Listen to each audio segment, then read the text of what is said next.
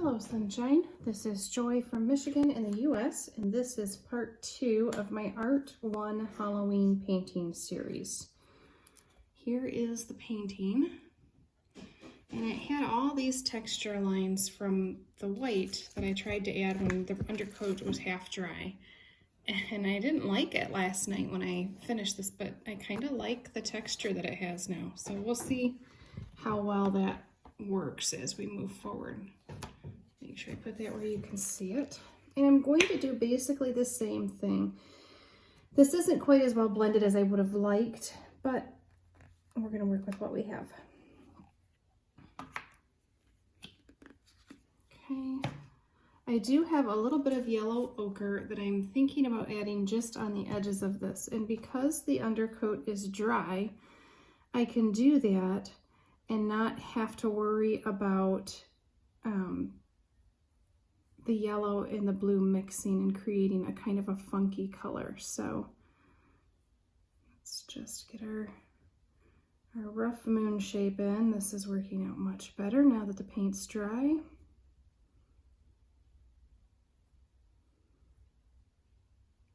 I'm not worrying too much about brush strokes because I know I've got texture under there that's going to show through from last night's dilemma.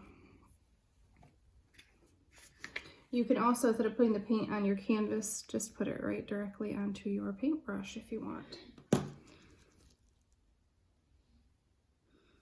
Whatever makes you more comfortable with it. Sorry, you guys can't see what I'm doing. I'm trying to kind of give this a little bit of a harder line, and that's easier to do with the outer edge of my brush. And it's important to turn your canvas in the direction that makes it easiest for you to work. So I apologize, you don't have the best view right now, but hopefully you'll be able to see part of it.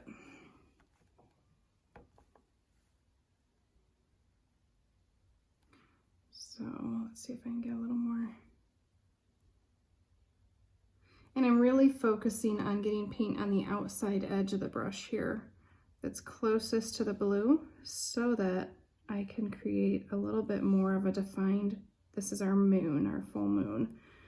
So, and that didn't work out the best, but we'll work with it. It's okay, because what we're going to eventually do is that moon is going to look like it's glowing as it gets further and further out.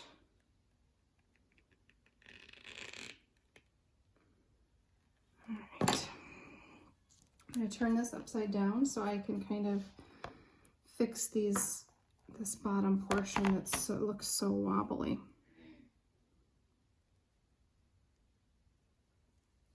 And if it's easier, you can get a bowl or something round, a cup, and put it on your canvas and kind of pencil in a circle. Even after you've done this first coat, you can do that to kind of show you where to fill in so that your circle is a little more perfect. But I'm not worried about perfect circles, so I'm not going to do that. But if it bothers you, go ahead and feel free to do that. We want this to be an art piece that you love, regardless of what anyone else might think.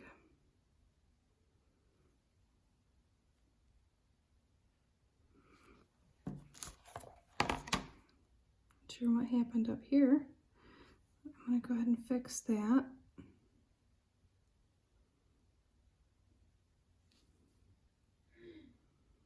It just takes patience and time. Just keep working your canvas until it looks the way you want it to look. All right, I'm going to put that one in some water, and I'm going to add just the smallest little bit of yellow ochre. I don't want too much. I just want it to look less like a white circle, excuse me, and more like a moon. Here's hoping this helps to achieve that. Because the white paint is still wet, I have to be very aware of that because this will mix. So if you don't want it to mix, okay, I thought that had a hair. I don't, it's just the way the paint is laying there. If you don't want your paint to mix, what you want to do is you want to load up your brush. I'm just using my hand as a palette here. And I really feel like I've got too much towards the end, and I want it on just the very ends of my bristles. I don't know, can you see that? So it's more towards the end of my brush. And then I'm just going to kind of lay it down, and very, very gently.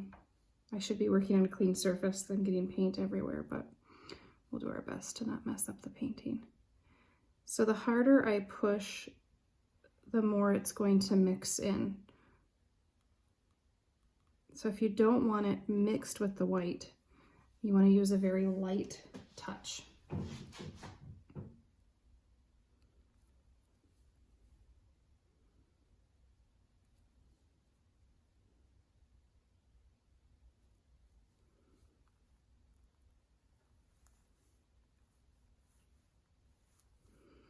And the lighter your touch, especially as you've used some of that paint, the more it will leave a faint trace instead of a hard line. If you don't like the hard line, go back over that and just blend it a little more.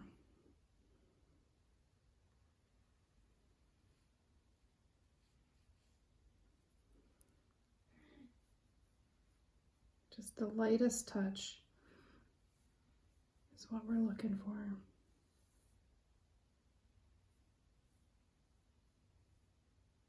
Okay, now I'm going to clean that out. And I'm going to add, now this one does have some of that glue in it, so I'm going to have to be careful. But I don't know that I have any gold that does not have glue in it, so clean out my brush.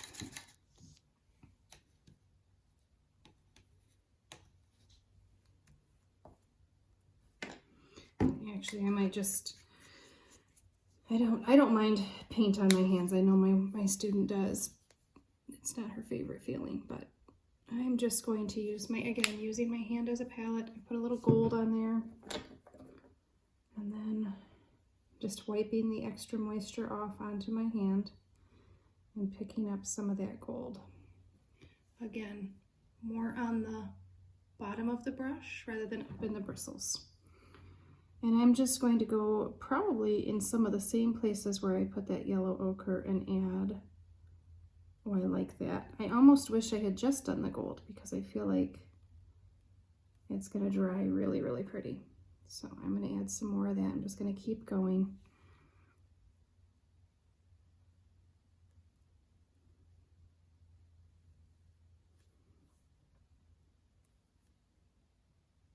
Again, just dipping it in my hand.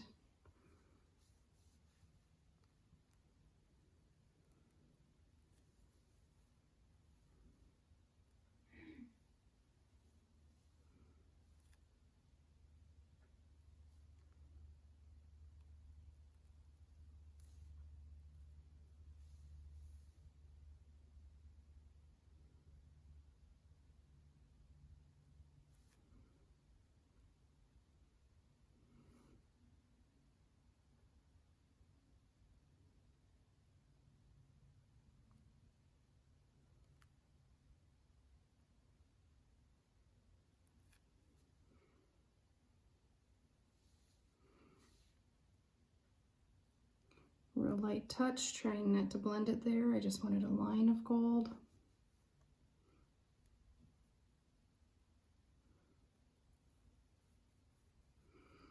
And then if this ends up looking too gold when it's dried, I can add a little bit of white over top of it.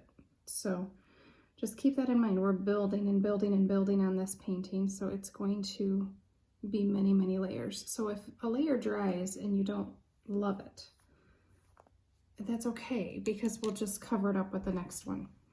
So I'm gonna let that dry for a little bit, and then I will come back and we'll start working on more of this background around the moon, but I don't want the moon itself to be wet while I'm adding background color because I don't want the white to blend anymore. So I will see you guys in just a minute.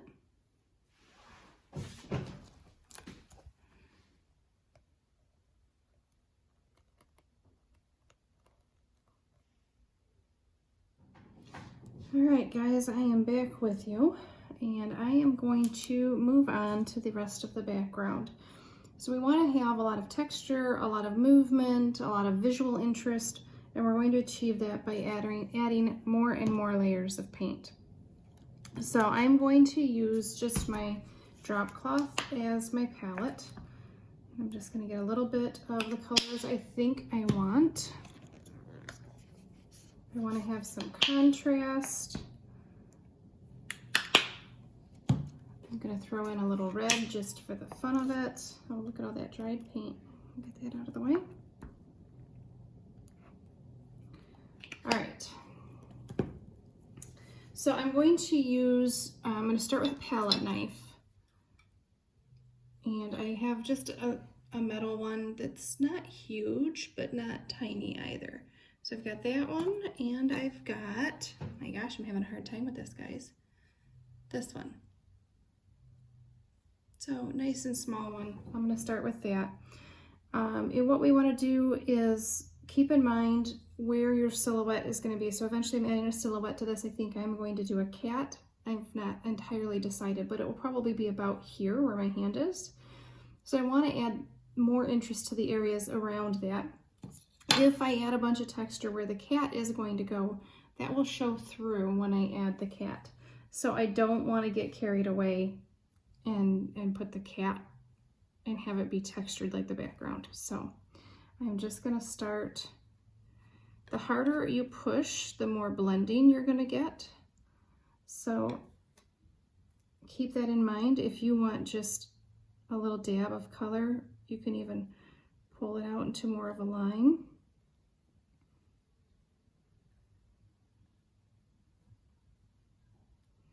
I don't know if you guys, I don't know how much of this you can see, but I'll take you in for a close-up so you can kind of get the gist. But I'm not looking for a super smooth line. You see my rough edges here. That's on purpose, and I'm going to leave it that way. And you can have some that are smooth and some that are not. You know, play with it. Do what makes you happy. Forgot to check and make sure I'm still in frame there. Should have cleaned my brush off, or my knife off a little bit, I think. And I don't know why I wanted to add the red. I just did. It felt, I don't know, maybe a little fun.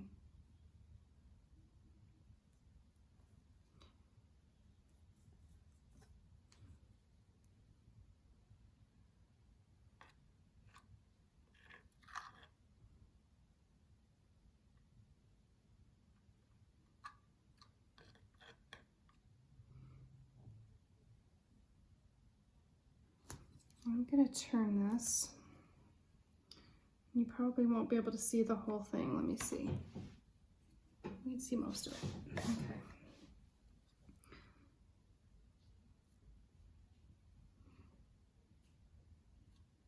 And I'm trying to still continue with my circular motion of my lines.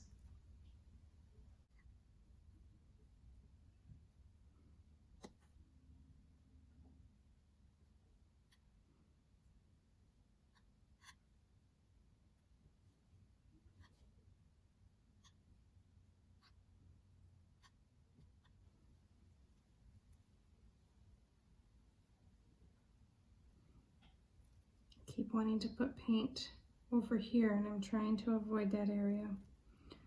So when you start to do this, remember which areas you need to avoid so that you don't end up with a mess.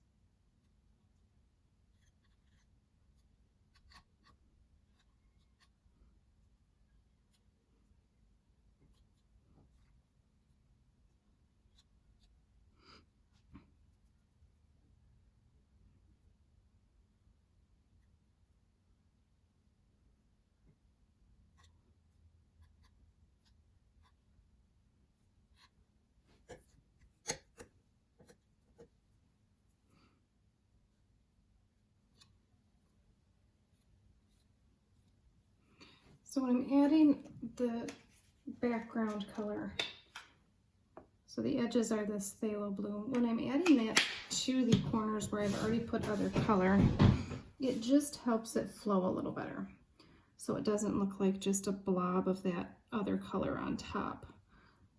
So I'm just kind of blending, adding more and more layers.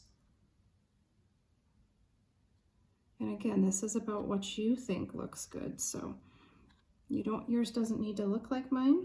It's going to look completely different, and that's what we want. And I'm going to also switch in just a moment here, and we're going to add some brush strokes. So if there's a section that you really love, make sure you leave that when you add your brush strokes. But this is a good way to get some palette knife experimenting in. It'll add the texture that is hard to achieve with a brush. Of course, try not to run your fingers through whatever you just painted.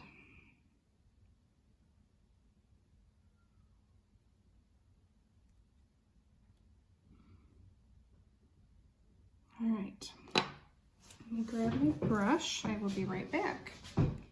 All right, so let me show you what we have so far.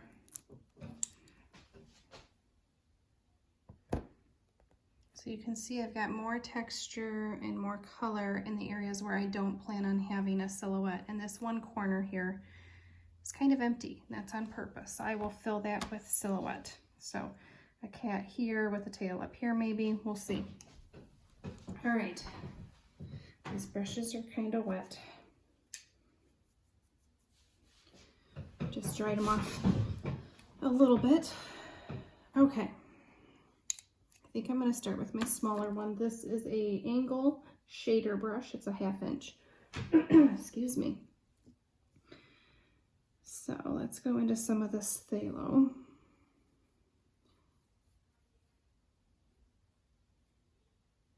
And the nice thing with the brush is that you can go in and you can add some very thin, small lines. You can also do some blending here. If you have some areas where you're not loving what you have, then go over it with your brush and just kind of blend it out, and then you can go back into whatever colors you want and add those little lines.